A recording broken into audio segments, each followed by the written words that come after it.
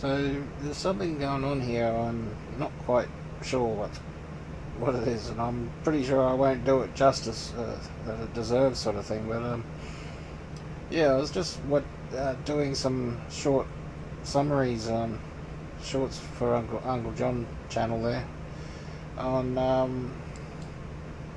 Vav and Tet.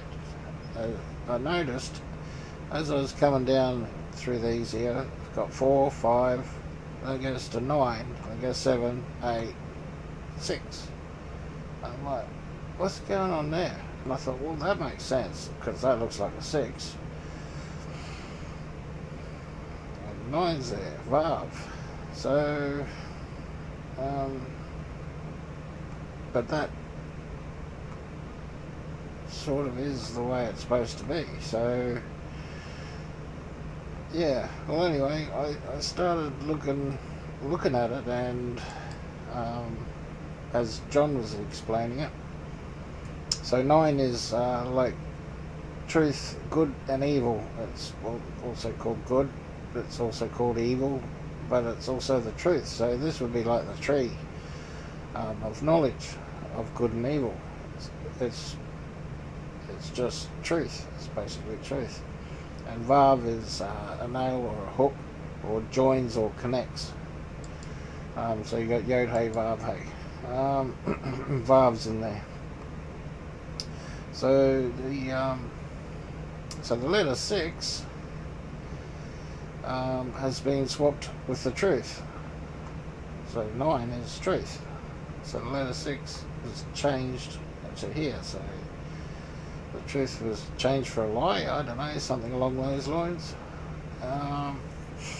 So yeah, when we when we have a look at these videos here, where is it?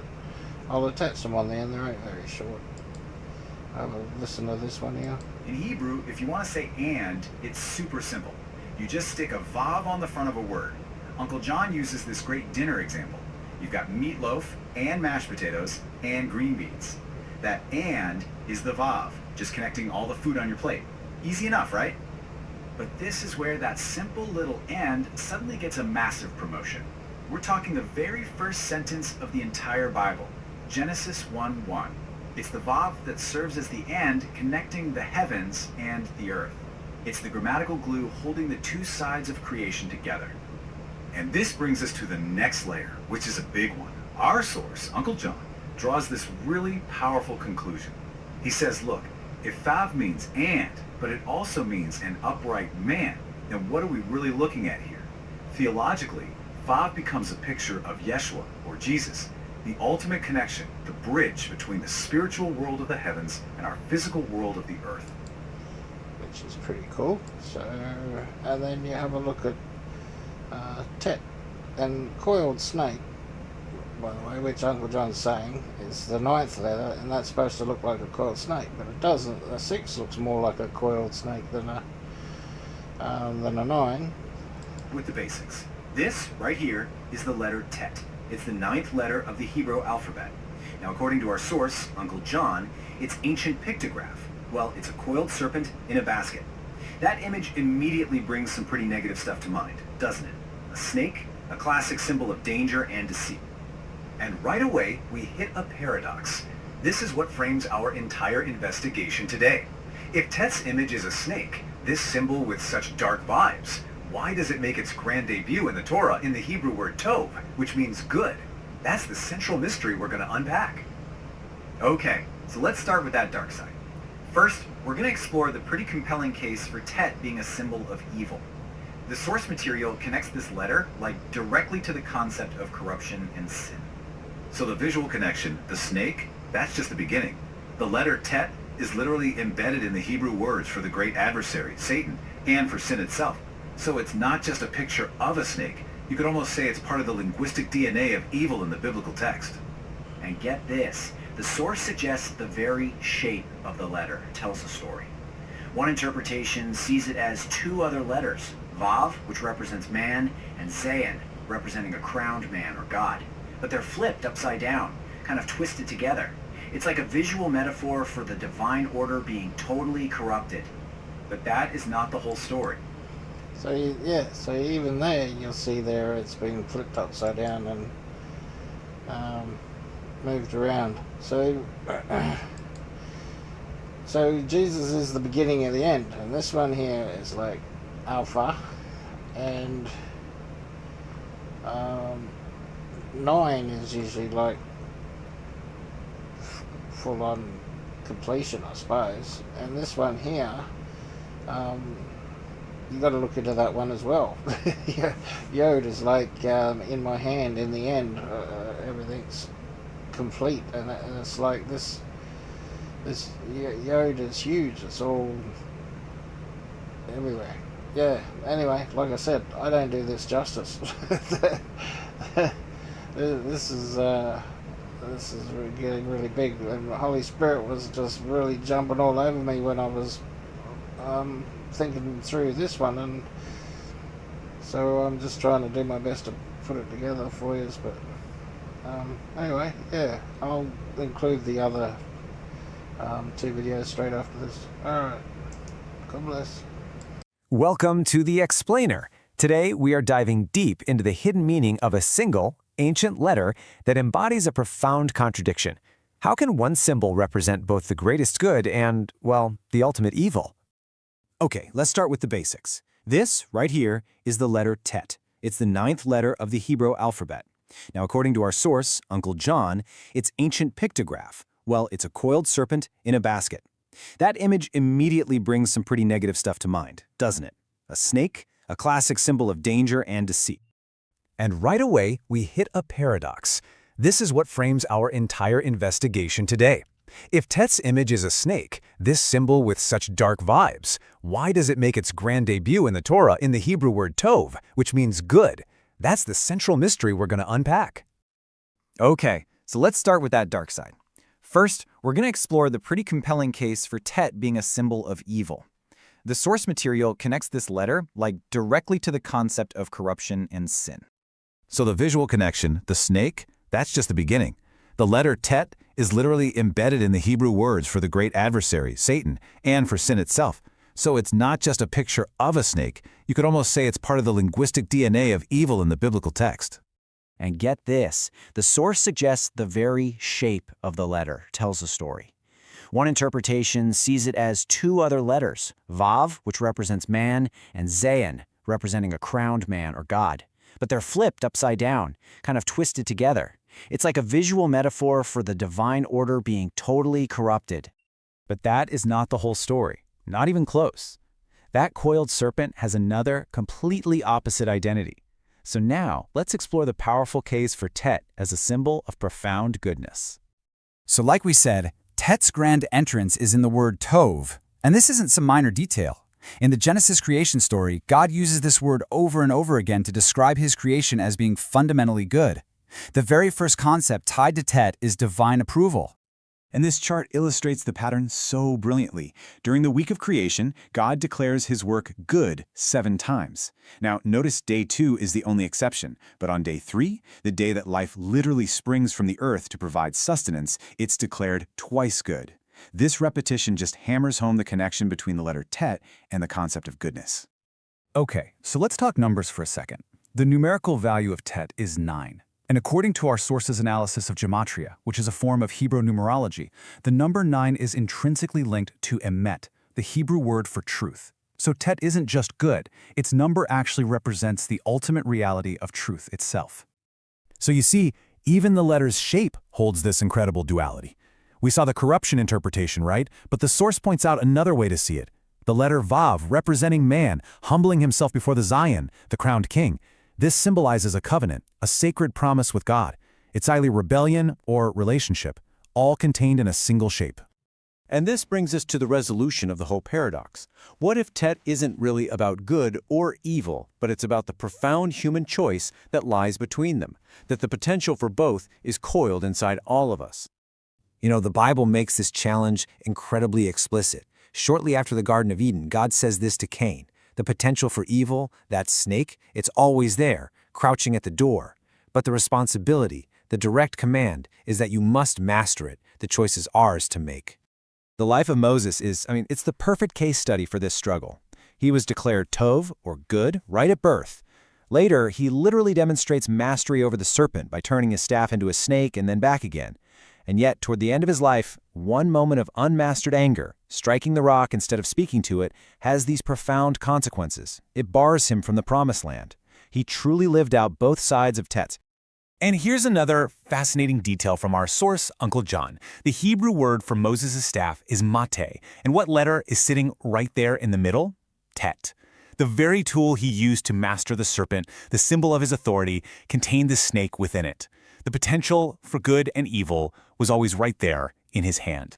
So ultimately, the source argues that the story of Tet is really about transformation.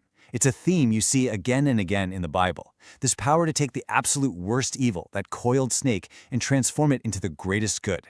An intended curse becomes a blessing. An unspeakable tragedy leads to national rebirth. Humanity's greatest crime becomes the very source of salvation. And for a final, really powerful piece of evidence, let's look at the 10 Commandments. Our source, Uncle John, points out that in the first telling in Exodus, the letter Tet is completely missing. It's not there. But when the commandments are repeated 40 years later in Deuteronomy, Tet is added in. And where does it appear? Right in a phrase promising goodness, that it may be good with you. It's as if true goodness gets added through experience and a renewed promise. So, we'll leave you with this thought. Perhaps one of life's greatest struggles, that choice between our better and worse selves, isn't just told in epic stories. What if that very choice is encoded in the building blocks of language, coiled within a single ancient letter, just waiting for us to master it? Welcome to The Explainer. So, have you ever thought about how a single, ancient letter could be a key to unlocking some of the Bible's deepest secrets? Well, according to our source, a researcher known as Uncle John, this one symbol connects everything from basic grammar to the very name of God, and maybe even some logos you see every single day. Okay, so here's the game plan. First, we're going to meet the letter Vav and get its basic profile. Then we'll dive into its main job as a connector. After that, we'll see how it's literally written into God's name, uncover some of its wild scriptural superpowers, and then, we're going to look at a modern conspiracy theory that's tied right back to this ancient letter. All right, first things first, let's just meet the letter Vav. Now, the whole idea from our source, Uncle John, is that every Hebrew letter isn't just a sound. Nope. It's also a picture, it's a number, and it's a concept, all rolled into one. And Vav is a perfect example of this. Okay, so you really got to get these 3 things down about Vav, because they're the building blocks for everything else. First, its picture is a nail, or maybe a hook. Second, its number is 6. Biblically, that's the number of man, right? Created on the 6th day. And third, its meaning, its whole job is to connect things. It can also stand for an upright man. So just remember that, the nail, the number 6, and the connecting man. Got it? Good. So let's build on that foundation. The most common thing Vav does is just connect stuff. But as you're about to see, this simple idea of connecting grows from just a piece of grammar into a concept that is, well, it's massive. In Hebrew, if you want to say and, it's super simple. You just stick a Vav on the front of a word. Uncle John uses this great dinner example. You've got meatloaf and mashed potatoes and green beans. That and is the Vav, just connecting all the food on your plate. Easy enough, right? But this is where that simple little and suddenly gets a massive promotion. We're talking the very first sentence of the entire Bible, Genesis 1:1. It's the Vav that serves as the and connecting the heavens and the earth. It's the grammatical glue holding the 2 sides of creation together. And this brings us to the next layer, which is a big one. Our source, Uncle John, draws this really powerful conclusion. He says, look, if Vav means and, but it also means an upright man, then what are we really looking at here? Theologically, Vav becomes a picture of Yeshua, or Jesus, the ultimate connection, the bridge between the spiritual world of the heavens and our physical world of the earth. So Vav connects all of creation, but its importance goes even deeper than that. It's also sitting right in the middle of the most sacred name in the entire Hebrew Bible. Now check this out.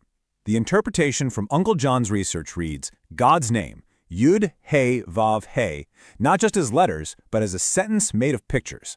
Yud is a hand. He means behold or to reveal something. And Vav, well, we know Vav is the nail.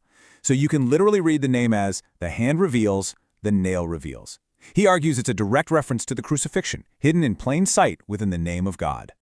And then there's this other connection that's just, wow. So the Hebrew word for fire is ish. Now look at the words for man, ish, and woman, isha.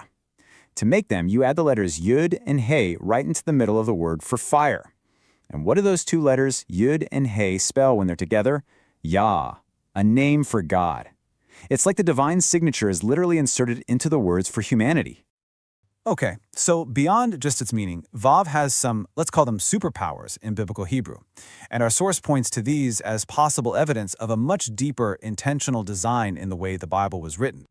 This is one of the weirdest and coolest things about Vav. It can actually flip the tense of a verb. Uncle John points to Genesis where God says, be light. That's Yehi or. But the very next phrase is, and light was, Vayehi or. You see that? Just by adding that Vav, the tense flips from the present to the past. It's like a time-traveling letter. Now this next one is a little more subtle, but when you see it, it's pretty mind-blowing. The Hebrew word for generations is toldot. Before the fall of man in Genesis, the word is spelled with two Vavs, two upright men. But after sin enters the picture, from that moment on, the word is spelled with a missing Vav. It's as if an upright man has been removed from humanity's story. And he notes that second Vav doesn't come back until the messianic line in the book of Ruth. And here's another crazy specific detail. This is a verse from the book of Numbers. God is making a covenant of peace right after a pretty violent act. But the word for peace, shalom, is written in a very, very strange way in the original Torah scrolls. See, the letter Vav, right in the middle of the word shalom, it's physically broken. It's written in two pieces. And the interpretation here is that the broken nail or broken man in the middle of the word for peace is a symbol. It's showing us that this wasn't some gentle, easy peace. It was a peace that came at a huge, violent cost. All right, everybody, buckle up, because this is where we take a sharp turn from ancient texts into our modern world. And this is the most speculative part of Uncle John's research, where he suggests there's a controversial link between the letter Vav and, yeah, the number of the beast. So he asks us to think about a pretty provocative question. Is it possible that this ancient symbolism of Vav is still being used today, whether people know it or not, in the logos and systems all around us? Now, the logic he presents is actually pretty simple. Remember how the numerical value of Vav is 6? Well, if you put 3 of them side by side, Vav, Vav, Vav, you could read that as 666, the infamous number from the book of Revelation. And he gives a few examples you've probably seen 1,000 times. First, he points to the logo on Monster Energy drinks. He says, don't see an M, see 3 separate Hebrew Vavs. Second, the www at the start of every website. Since Vav can make a W sound, that could be Vav, Vav, Vav. And finally, the universal barcode. The 3 long separator lines at the beginning, middle, and end. Those are the computer code for the number 6. Our source connects these modern symbols right back to this famous verse. And he points out that the verse doesn't just give you the number. It tells the wise to calculate the number. He suggests that means it might be hidden in a code or a pattern, not just written out for everyone to see. So, what do we do with all this? According to Uncle John's deep dive, one simple letter connects grammar, theology, prophecy, and even modern branding. Now, whether you see this as divine design or just a really fascinating case of our brains being great at finding patterns, the journey of the letter Vav definitely reminds us that sometimes the biggest ideas are hiding in the smallest symbols. The only question is, what are you going to see the next time you look?